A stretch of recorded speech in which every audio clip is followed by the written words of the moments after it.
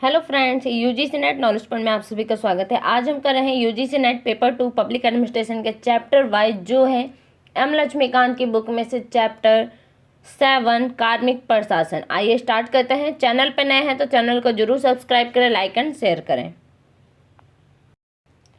आज हम करेंगे लोक सेवकों के अधिकार, क्या है राइट्स ऑफ सिविल सर्विस के। भारत के लोक सेवकों के अधिकार निम्नलिखित हैं। संगठन का अधिकार, सबसे पहला क्या है? संगठन का अधिकार।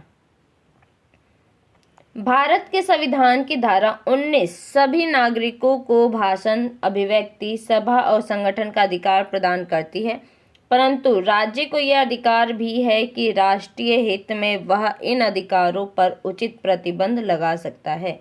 इसके अतिरिक्त संविधान की धारा 309 विधायिका को सार्वजनिक सेवाओं और पद पर नियुक्त लोगों की भर्ती और उनकी सेवा शर्तों को नियंत्रित करने का अधिकार देती है। इस प्रावधान के अंतर्गत बनाए गए आचरण नियम भी लोक सेवकों के मौलिक अधिकारों पर नियोजित प्रतिबंध लगाते हैं। अतः भारत में स्थिति यह है कि लोक सेवक किसी ऐसे सेवा संगठन के सदस्य नहीं बन सकते जिसको सरकार की मान्यता प्राप्त नहीं है। अतः जो संगठन मान्यता प्राप्त नहीं है उसका सदस्य बनना एवं अनुशासनात्मक अपराध है। सरकार केवल निम्नलिखित शर्तें पूरे करने के संगठनों को मान्यता देती है। क्या शर्तें होनी चाहिए? सरकार के सदस्य केवल सरकारी कर्मचारी हो सकते हैं। जो इसके सदस्य जो है वो क्या हो सकते हैं? सिर्फ सरकारी कर्मचारी हो सकते हैं। इसके कार्यकारिणी का गठन केवल इसके सदस्यों से ही हो सकता है। राजनीतिक तौर पर निष्पक्ष हो, यह व्यक्तिगत मामलों को नहीं उठाए, जो उनका व्यक्तिगत मामला है उसको ना उठा के सिर्फ सरकारी कार्य ही करें। इस मामले पर जगन्नाथ दास की अध्यक्षता में दूसरे वेतन आयोग में विस्तार से चर्चा की गई थी, जिसने सिफारिश की थी। क्या सिफारिश थी उनकी? किसकी? जगन्नाथ दास की। जिन संगठन को सरकारी मान्यता नहीं है उसकी सदस्यता प्राप्त करना अनुशासनात्मक अपराध ना माना जाए। और सेकंड है, मान्यता देने के नियमों को उदार बनाया जाए। हड़ताल का अधिकार। ब्रिटेन की तरह भारत में भी लोक सेवकों को हड़ताल पर रोक का कोई कानून नहीं है। जैसे ब्रिटेन में कोई कानून नहीं है, वैसे ही भारत में भी कोई कानून नहीं बनाया कि हाँ हड़ताल जो हो रही है, तभी आप लोग आए दिन देखते हो कि हाँ भारत में यहाँ पे किसी इस राज्य में हड़ताल हो रही तो कभी दूसरे राज्य में हड़ताल हो रही है। भारत में चलता ही रहता है। तो ब्रिटेन की तरह भारत में भी हड़ताल पे कोई रोक का कोई कानून नहीं है, परंतु आचरण संबंधी नियम लोक सेवक को किसी भी हड़ताल में भाग लेने से रोकते हैं। अतः लोक सेवकों को हड़ताल एक अनुशासनात्मक अपराध है। जगन्नाथ दास आयोग अर्थात दूसरे वेतन आयोग ने कहा था कि लोक सेवकों को हड़ताल का अधिकार नहीं होना चाहिए। जो सरकारी कर्मचारी हैं वो हड़ताल नहीं कर सकते हैं। भारत के प्रशासनिक सुधार आयोग ने ऐसे भी आगे बढ़कर लोक सेवकों की सभी हड़तालों पर पूर्ण प्रतिबंध लगाने की सिफारिश की है। जो भारत के प्रशासनिक सुधार आयोग है उन्होंने कहा है कि जो लोक सेवक हड़ताल करेंगे उनकी हड़तालों पे पूर्णतः प्रतिबंध है। राजनीतिक अधिकार। संयुक्त राज्य अमेरिका की तरह भारत ने भी लोक सेवकों के राजनीतिक अधिकारों पर कड़े प्रतिबंध लगा रखे हैं। आचरण नियमों के अनुसार लोक सेवकों को सक्रिय राजनीति में भाग नहीं लेना चाहिए। जो सरकारी कर्मचारी वो राजनीति में भाग नहीं ले सकते हैं। सेकंड है, किसी राजनीतिक दलों में शामिल नहीं होना चाहिए। वो राजनीतिक दल भी ज्वाइन नहीं कर सकते हैं। किसी प्रत्याशी के पक्ष में प्रचार नहीं करना चाहिए, वो प्रचार भी नहीं कर सकते हैं। फोर्थ है, लोकसभा या विधानसभा के चुनाव नहीं लड़ने चाहिए, वो चुनाव भी नहीं लड़ सकते। अतः मताधिकार के अतिरिक्त भारत के लोक सेवकों को कोई राजनीतिक अधिकार नहीं है, परंतु कोई लोक सेवक सरकारी अनुमति से स्थानीय निकाय का चुनाव लड़ सकता है अगर उसको सरकार की तरफ से अनुमति मिल गई तो अपना स्थानीय है वो जहाँ पे है वहाँ का चुनाव वो लड़ सकता है। उसको सिर्फ मताधिकार का अधिकार यानी चुनाव वोट डालने का अधिकार है, बाकी उसको कोई अधिकार नहीं है। अगर वो चुनाव लड़ना चाहता है तो लोक सेवक जो वहाँ के हैं सरकारी अनुमति उसको लेनी पड़ेगी। नेक्स्ट है राजनीतिक अधिकार। 1954 में 1954 में वेतन आयोग की सिफारिश पर सभी मंत्रालयों में स्टाफ कमेटी का गठन किया गया था। 1957 में उनका नाम बदलकर कर्मचारी परिषद कर दिया गया। इन परिषदों के लक्ष्य एवं उद्देश्य थे क्या थे? फर्स्ट है कर्मचारियों की शिकायत से निपटने का तंत्र उपलब्ध कराना। सेकंड है सरकार और कर्मचारियों के बीच सेवा शर्तों से संबंधित विवादों पर बातचीत और उनको निपटाना। थर्ड है कर्मचारी कल्याण को प्रोत्साहन देना। प्रत्येक मंत्रालय में 2 कर्मचारी परिषदें थी, वरिष्ठ कर्मचारी परिषद वर्ग 2 और 3 के लिए तथा कनिष्ठ कर्मचारी परिषद वर्ग 4 के लिए। अतः वर्ग 1 के कर्मचारी इस व्यवस्था से बाहर रखे गए हैं। वे केवल सलाहकार थे। जो कर्मचारी फर्स्ट है वो वर्ग है वो क्या है? सिर्फ सलाहकार है। दूसरे वेतन आयोग ने पाया कि अपने लक्ष्यों और उद्देश्यों को पूरा करने में ये परिषदें प्रभावशील नहीं रही है, अतः इसने निम्नलिखित उपायों की सिफारिश की है।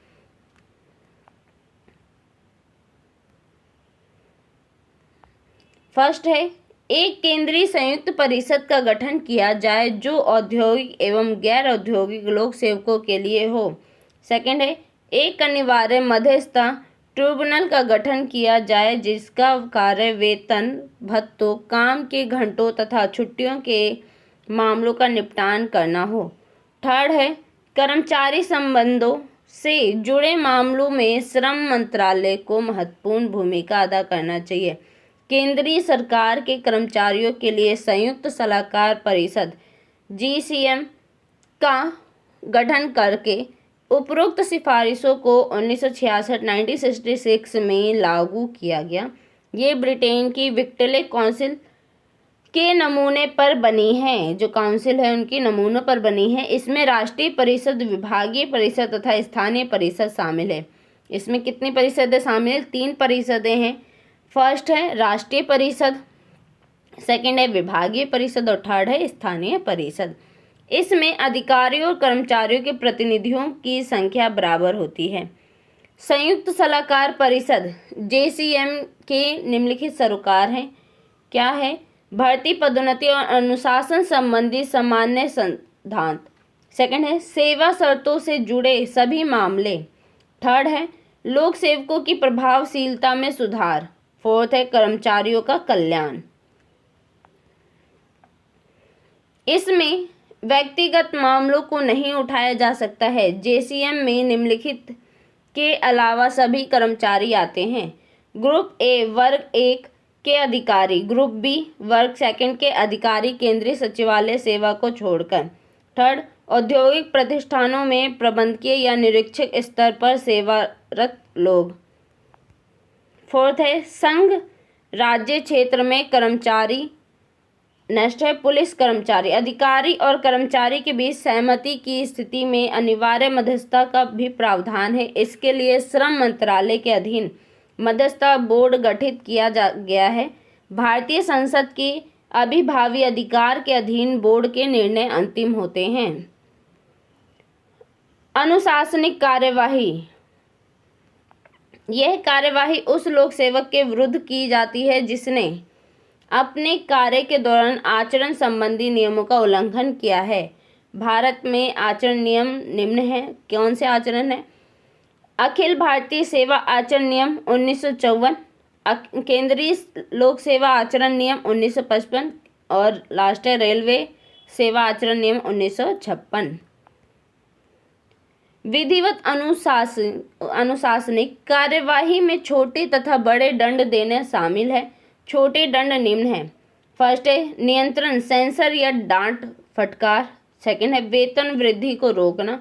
थर्ड है पदोन्नति रोकना और फोर्थ है आर्थिक नुकसान की वसूली बड़े ये छोटे डंडे, ये क्या है, छोटे दंड। अगर आप वहाँ पे अनुशासन में नहीं होते हो तो उसके लिए छोटा दंड क्या है कि आपको जो सेंसर बोर्ड होता है वहाँ से डांट फटकार मिलेगी। सेकंड, या तो आपकी जो वेतन है, जो आपकी सैलरी है वो इंक्रीज हो रही होगी, उसे भी घटा दिया जाएगा। थर्ड, अगर आपको पदोन्नति मिलनी होगी तो उसे भी रोक सकते हैं। और लास्ट है, आर्थिक नुकसान के लिए उस आपसे वसूली की जा सकती है। बड़े दंड, बड़े दंड क्या है, स्तर या पद घटाना।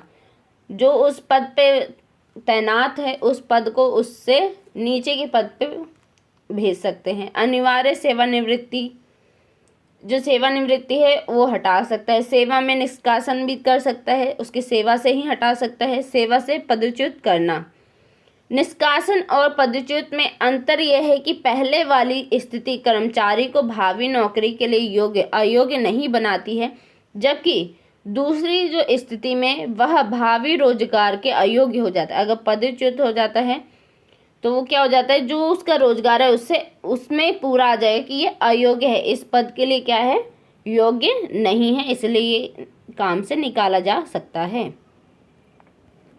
अनुशासनिक कार्यवाही की प्रक्रिया के विभिन्न चरण निम्न है।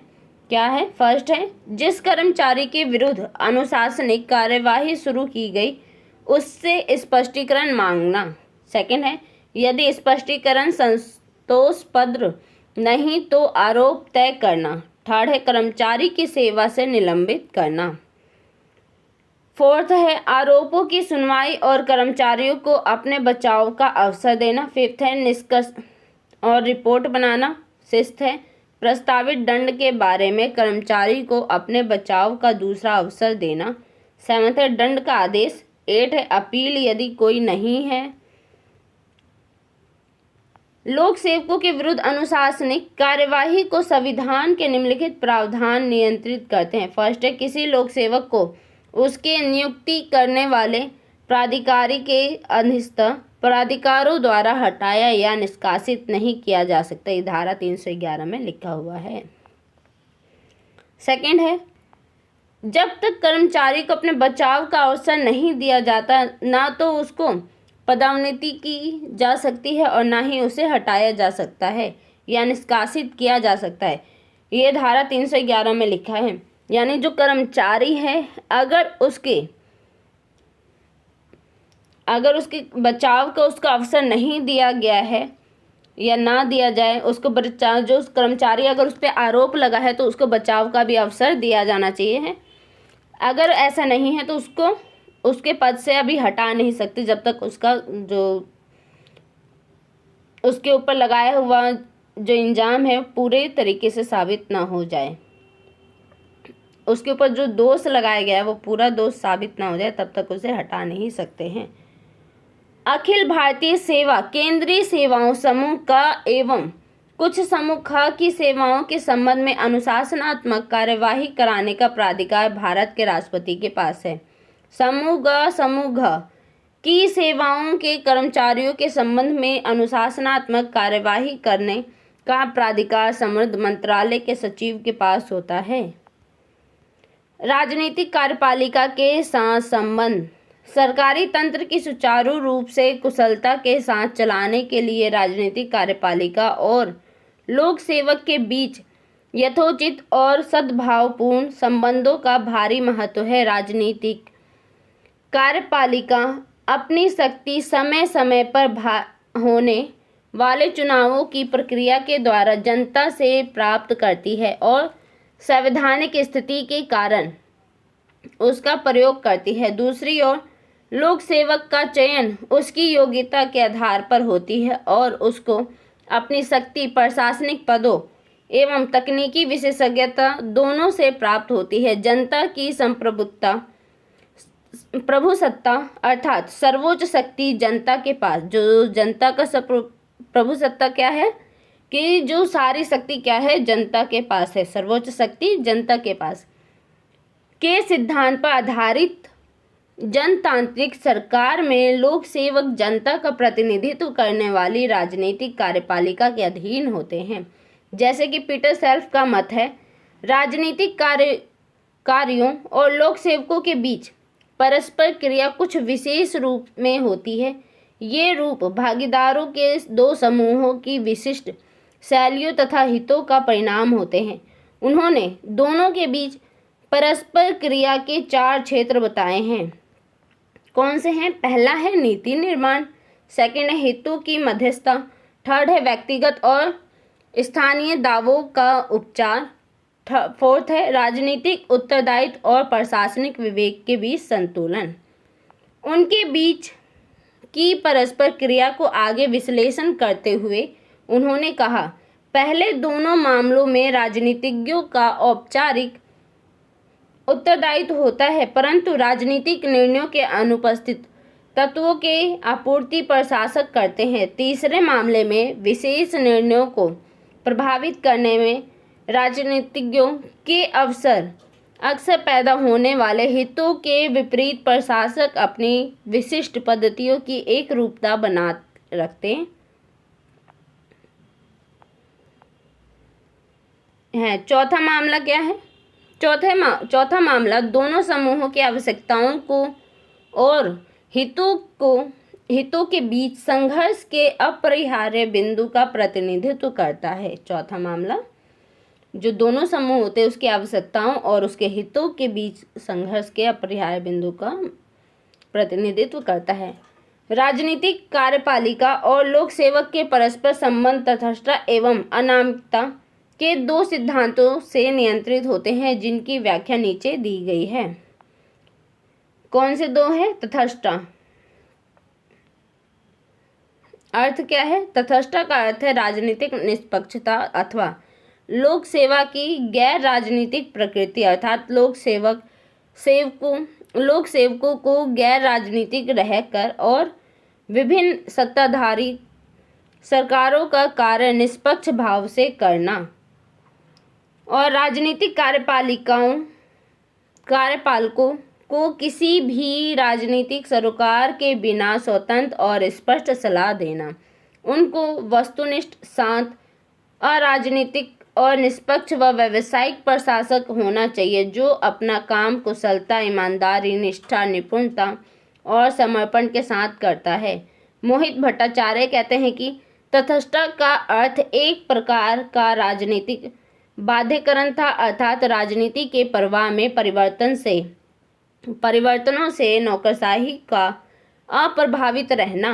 राजनीतिक नेतृत्व में परिवर्तन हो सकते हैं, लेकिन स्वयं को समय की राजनीति से अलग रखते हुए नौकरशाह राजनीतिक मालिक को बिना चूके तकनीकी सलाह देता रहेगा। आर.बी. जैन के अनुसार, किसके? आर.बी. जैन के अनुसार राजनीतिक तटस्थता का अर्थ केवल राजनीतिक गतिविधियों या लोक सेवा की किसी सदस्य की ओर से राजनीतिक पूर्वाग्रह की अनुपस्थिति नहीं, बल्कि यह भी है कि सरकार का राजनीतिक रूप रंग कुछ भी हो, नौकरशाही सरकार की इच्छा के अनुसार चलेगी।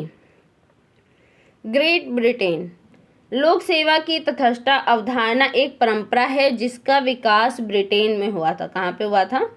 ब्रिटेन में।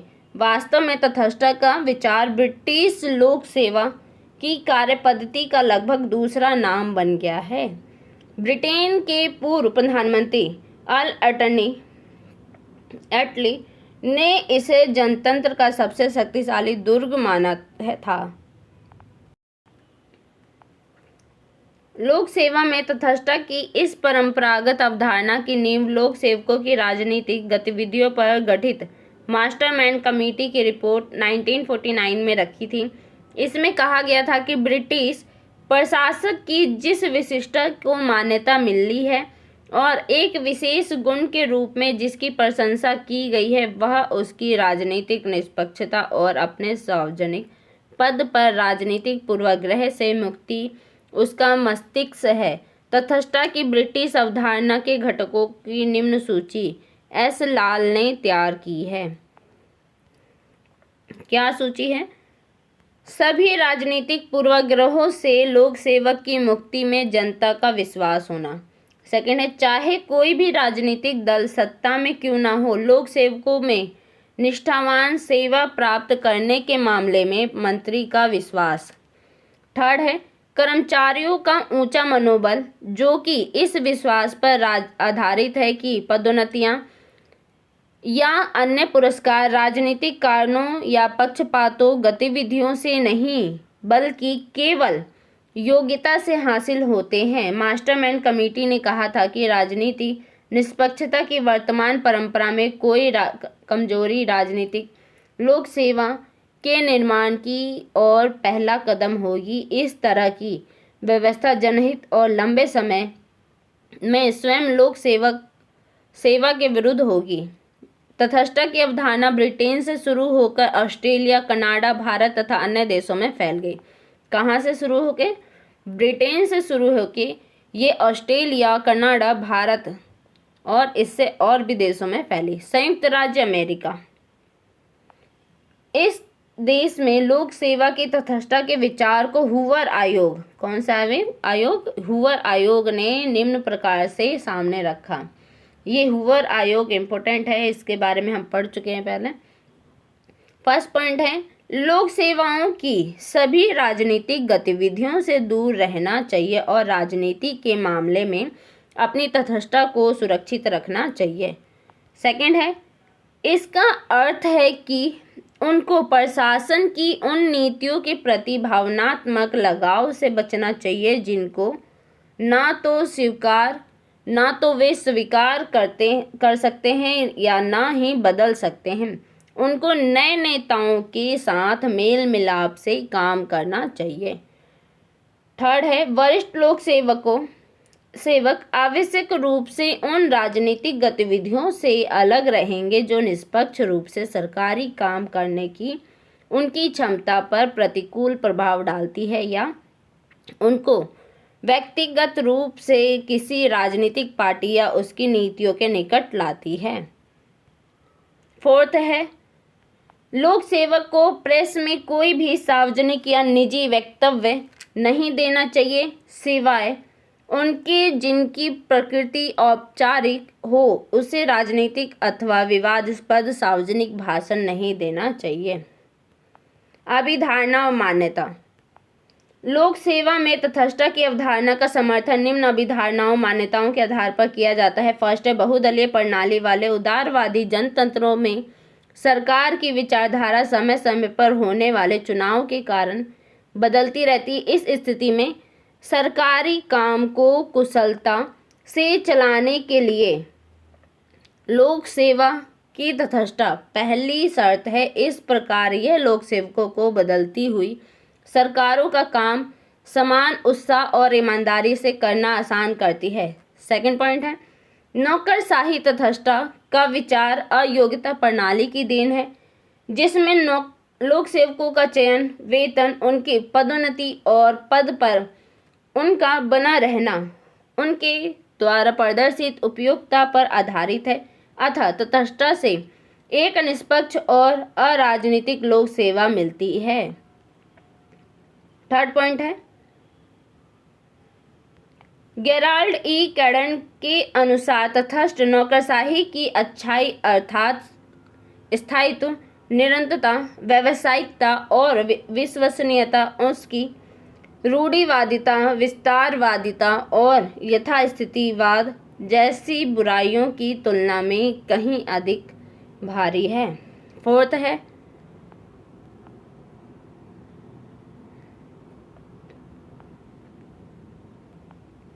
संयुक्त राष्ट्र संघ पुस्तिका के अनुसार राजनीति तटस्थता योग्यता प्रणाली की अनिवार्य अंग है क्योंकि यह सुनिश्चित करती है कि पेशेवर अधिकारी अपने से संबंधित प्रत्येक मामले में सरकार को परामर्श और सहायता देने तथा उसकी आलोचना करने में पूर्णतः निष्पक्ष रहेंगे।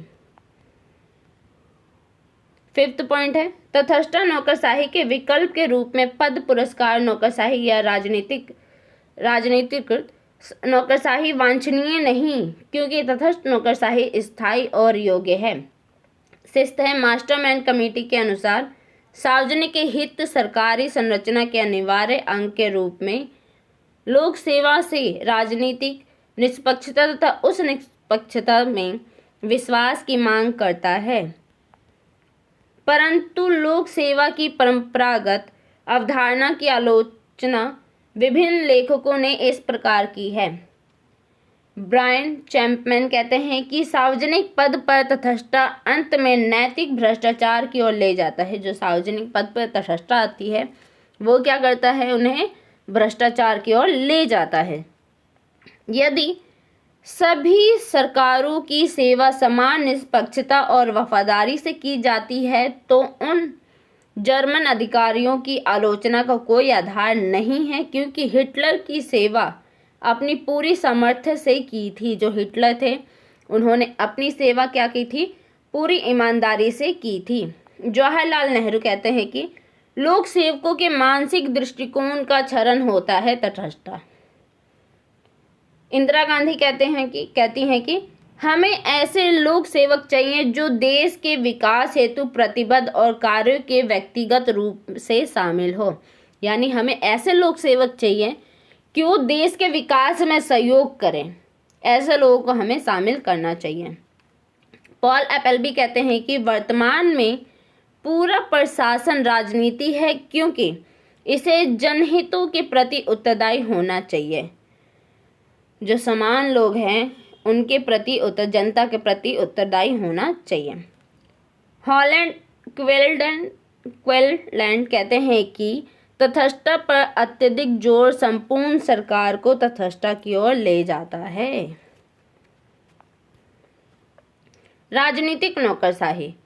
तटस्थता नौकरशाही की अवधारणा के कमजोर तथा अप्रचलित हो जाने यानी विशेष रूप से दूसरे विश्व युद्ध के बाद के फलस्वरूप राजनीतिकृत नौकरशाही की मांग बढ़ गई है। ओपी द्विवेदी और आर.बी. जैन ने राजनीतिकृत नौकरशाही की व्याख्या करते हुए कहा है कि यह ऐसी नौकरशाही है जो किसी न किसी सीमा तक चेतन व अचेतन रूप से मुख्य धारा के राजनीतिक दल या दलों से जुड़ी या उनसे प्रभावित होती है या प्रभावित करती है, चाहे ऐसे दल सत्ता में हो या विपक्ष में। द्विवेदी और जैन ने नौकरशाही के राजनीतिकरण की सीमा के अनुसार उनको निम्न 4 प्रवर्गों में बांटा है। फर्स्ट है अराजनीतिक नौकरशाही। तटस्थता नौकरशाही के समान है, जिसमें वह राजनीतिक गतिविधियों में शामिल नहीं होती और गैर राजनीतिक बनी रहती है। सेकंड है अर्ध राजनीतिक नौकरशाही। राजनीतिक कार्यपालिका के प्रभाव में रहती है और दलीय नीतियों के आधार पर काम करती है। कार्मिक प्रशासन के मामलों में दल की दखलंदाजी सीमित होती है। थर्ड है सिद्धांतबद्ध प्रतिबद्ध नौकरशाही। सत्ताधारी राजनीतिक दल की नीतियों और कार्यक्रमों के प्रति प्रतिबद्ध होती है। राजनीतिक गतिविधियों में लोक सेवक बढ़ चढ़कर भाग लेते हैं। कार्मिक प्रशासन के भर्ती, स्थानांतरण, पदोन्नति जैसे मामलों में दल का हस्तक्षेप बहुत अधिक होता है। फोर्थ है पूर्णतया राजनीतिक नौकरशाही। स्वयं को शासक दल की विचारधारा के साथ जोड़ती है और इसके हितों की सेवा करती है। ये पूर्व सोवियत संघ जैसे एक दलीय सत्तावादी राज्यों में होती है। कार्मिक प्रशासन के मामलों में दल का असीमित और पूर्ण दखल होता है। वास्तव में राज्य नौकरशाही और दलीय नौकरशाही के ढांचे एक दूसरे पर अधिव्याप्त रहते हैं। अनामिकता।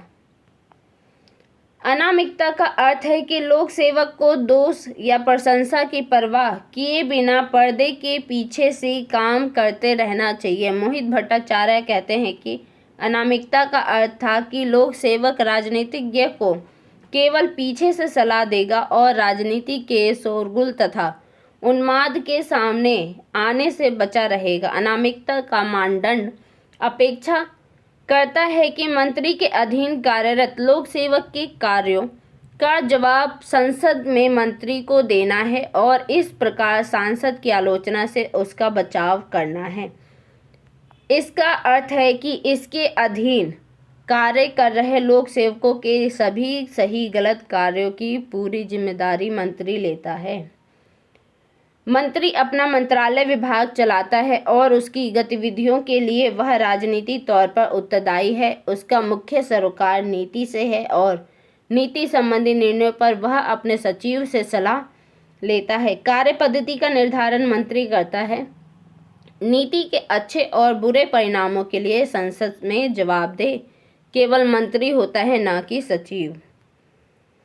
अतः अनामिकता का मानदंड मंत्री उत्तरदायित्व का प्रतिरूप है, अर्थात अनामिकता का सिद्धांत मंत्री उत्तरदायित्व के सिद्धांत के साथ साथ चलता है।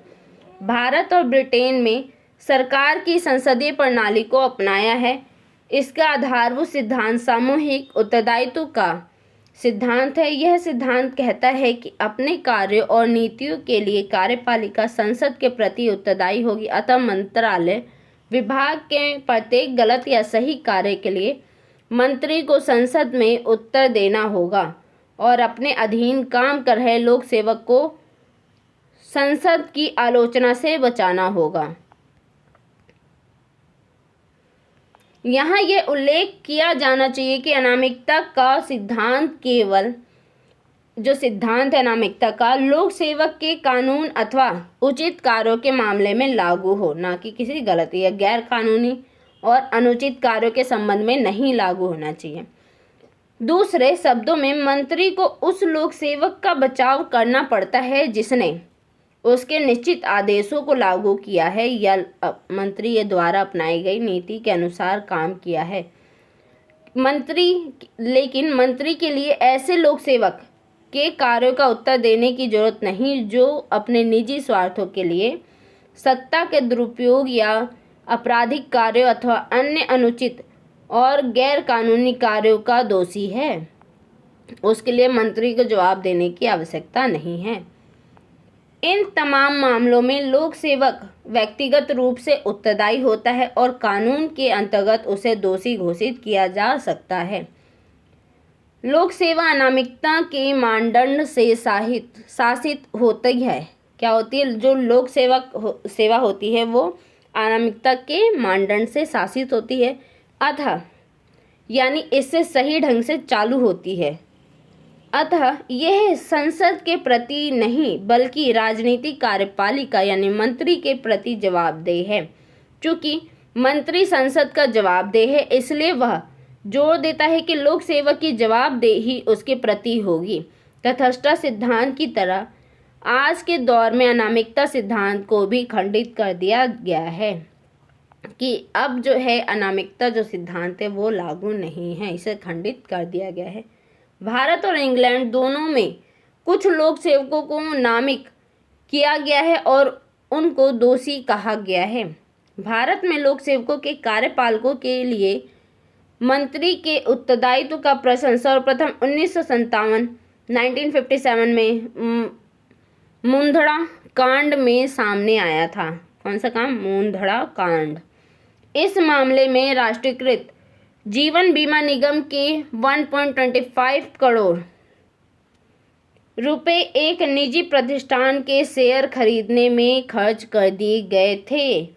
जब यह मामला चिंता का विषय बन गया तो तत्कालीन वित्त मंत्री टी कृष्णमाचारी, कौन थे उस समय के? टी कृष्णमाचारी, और प्रधान वित्त मंत्री थे HM पटेल, ने एक दूसरे का दोषारोपण किए थे।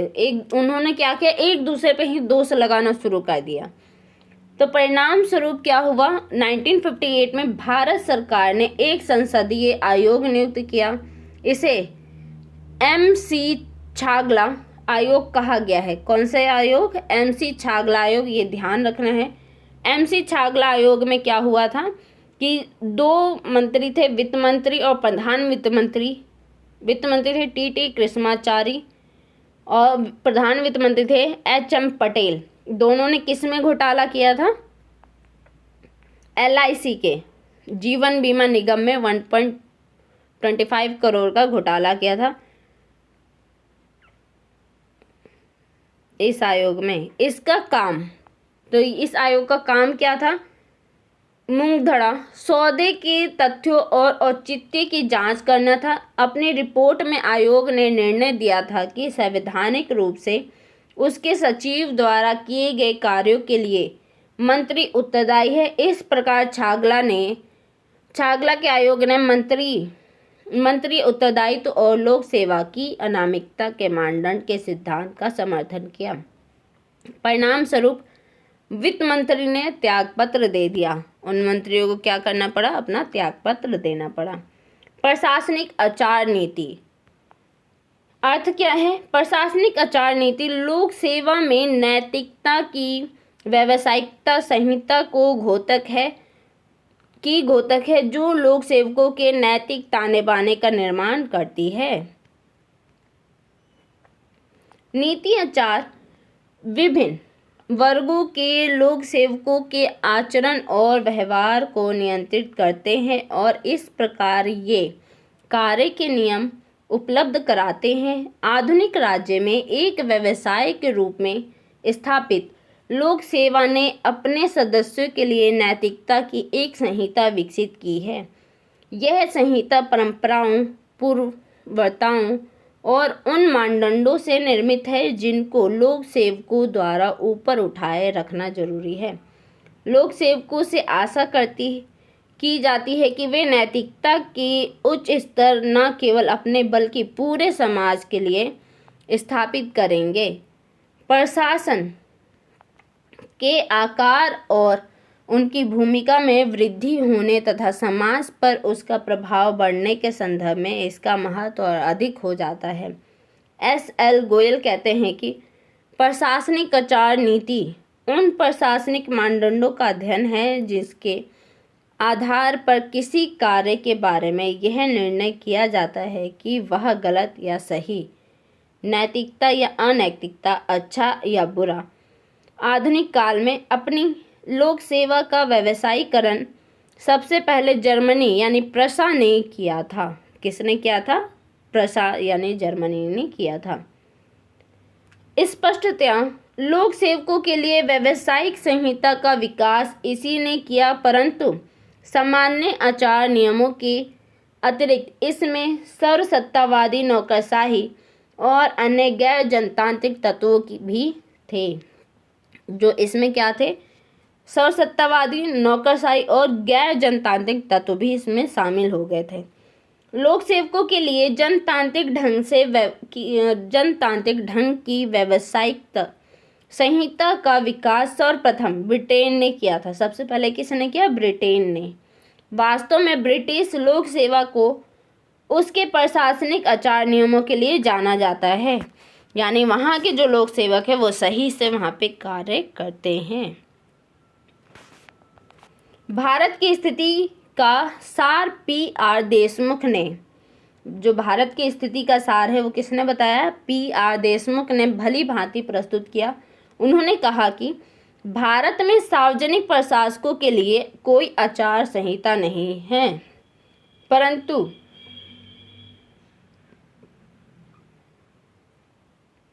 यहाँ सरकारी कर्मचारी सेवा नियम है। इसके यह निर्धारित किया गया है कि लोक सेवक के कदाचरण के अंतर्गत कौन कौन सी चीज़ें आती हैं।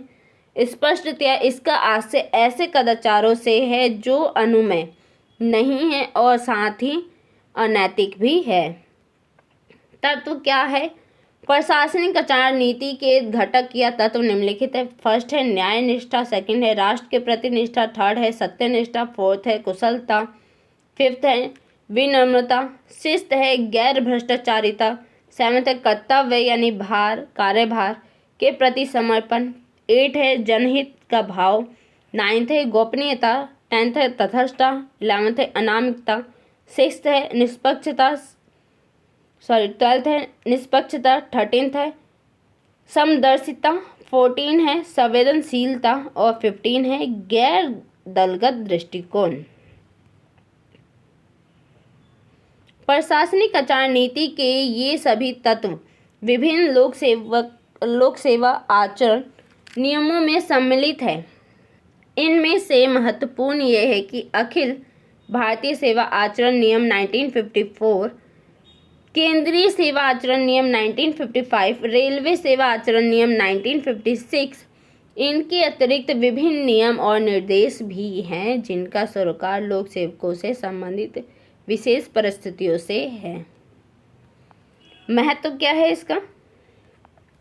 प्रशासनिक आचार नीति के महत्व अथवा उसकी आवश्यकता को दर्शाने वाले बिंदु इस प्रकार है। फर्स्ट है लोक सेवकों की मनमानी गतिविधियों पर अंकुश लगाना।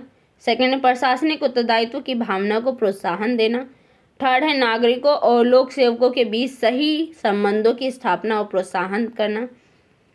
फोर्थ है लोक सेवकों में आचरण से उच्च मानदंडों का पोषण। फिफ्थ है समाज कल्याण, जनहित और सर्वहित की संरक्षण एवं प्रोत्साहन। सिक्स्थ है प्रशासनिक सत्ता और विवेक के उस अंग को नियंत्रित करना जिसको कि औपचारिक कानूनों, उपायों तथा कार्यविधियों से नियंत्रित नहीं किया जा सकता है। सेवेंथ है प्रशासनिक प्रक्रिया की कुशलता और प्रभावशीलता को बढ़ाना। एट्थ है लोक प्रशासन की वैधता और विश्वसनीयता को सुदृढ़ करना। नाइन्थ है लोक सेवकों तथा राजनीतिक कार्यपालकों के परस्पर संबंधों में स्थायित्व लाना तथा समन्वय करना। टेंथ है सभी वर्गों के लोक सेवक के बीच उच्च स्तर की नैतिकता का पोषण करना और इसे बनाए रखना। प्रशासनिक आचार नीति के महत्व पर बल देते हुए PR देशमुख ने कहा है कि सार्वजनिक प्रशासन का कार्य सक्षम होना सर्वाधिक महत्वपूर्ण है, लेकिन इससे भी अधिक महत्वपूर्ण उसका नैतिक होना है। व्यक्ति के बारे में यह कहा जा सकता है कि अगर चरित्र नहीं रहा तो कुछ नहीं रहा। अगर व्यक्ति का चरित्र अच्छा नहीं है तो कुछ भी अच्छा नहीं है। प्रशासन के बारे में कहा जा सकता है कि यदि नैतिकता नहीं रही तो कुछ भी नहीं रहा। अगर प्रशासन में नैतिकता नहीं है तो कुछ भी नहीं है। निर्धारक कारक क्या है? लोक सेवकों में प्रशासनिक आचार नीति के पालन को विभिन्न कारक निर्धारित करते हैं, जैसे कि कौन कौन से कारक हैं? फर्स्ट है शीर्ष प्रशासकों द्वारा स्थापित पूर्व उदाहरण तथा परंपराएं। सेकेंड है प्रशासनिक प्रणाली में संवाद प्रतिरूप। थर्ड है लोक सेवकों पर अनुशासनिक कार्यवाहियों की प्रभावशीलता। फोर्थ है समाज के नैतिक मानदंड और मूल्य। फिफ्थ है प्रशासकों के प्रति राजनीतिक कार्यपालकों का रवैया। सिक्स्थ है मंत्रियों तथा विधायकों द्वारा स्थापित पूर्व उदाहरण तथा परंपराएं। सेवेंथ है लोक सेवकों की सेवा शर्तों, विशेषतया वेतनमानों की समुचितता। एट है संगठन में आंतरिक संबंधों की गतिशीलता। नाइन्थ है प्रशासकों में व्यावसायिक चेतना को प्रोत्साहित करने के लिए आयोजित प्रशिक्षण कार्यक्रमों की उपयुक्तता। टेंथ है प्रशासकों के प्रति सामान्य जन का रवैया। बाधाएं क्या हैं? बाधाएं लोक सेवकों द्वारा प्रशासनिक आचार नीति का पालन कई कारकों द्वारा बाधित होता है, जैसे कि भ्रष्टाचार, पक्षपात, घूसखोरी, उदासीनता, अवसरपन, विभागीयतावाद, ब्यूरो प्रदर्शन, भाई भतीजावाद, अराजकता, राजनीतिक प्रभाव, बाहरी दबाव। भ्रष्टाचार के तरीके कौन कौन से तरीके हैं? केंद्रीय निगरानी आयोग यानी CVC ये पेपर में पूछा गया है, इम्पोर्टेंट क्वेश्चन है। CVC के बारे में पूछा गया है। ने भ्रष्टाचार के 27 तरीकों की पहचान की है, जो इस प्रकार कौन कौन से हैं? नकारापन या अन्य कारण से सरकार को होने वाली हानि। सेकंड है विस्थापित व्यक्तियों के दावों का गलत निर्धारण। थर्ड है नैतिक पतन। फोर्थ है उपमानक भंडारों कार्यों को स्वीकृति। फिफ्थ है ठेकेदारों और फर्मों के प्रति पक्षपात। सिक्स्थ है आधिकारिक पद शक्तियों का दुरुपयोग करना। सेवंथ है उपहारों की प्राप्ति। एट है एक बार किसी के द्वारा प्रयुक्त नए डाक टिकटों का प्रतिस्थापन करना। नाइन्थ है सार्वजनिक धन भंडारों का दुर्विनियोग। टेंथ है सरकारी आवासों का अनाधिकृत अधिग्रहण या उसे किराए पर उठाना। 11th है असंगत परिसंपत्तियों का अधिग्रहण करना। 12th है निजी कार्य के लिए सरकारी कर्मचारियों का दुरुपयोग। 13 है मनी ऑर्डर, बीमित राशि, मूल्यवान पार्सल इत्यादि की आपूर्ति न करना। 14 है टेलीफोन कनेक्शन प्रदान करने में अनियमितता।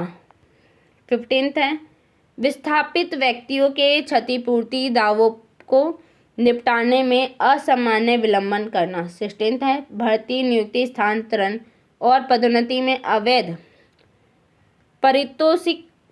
पारितोषिक या घूस प्राप्त करना।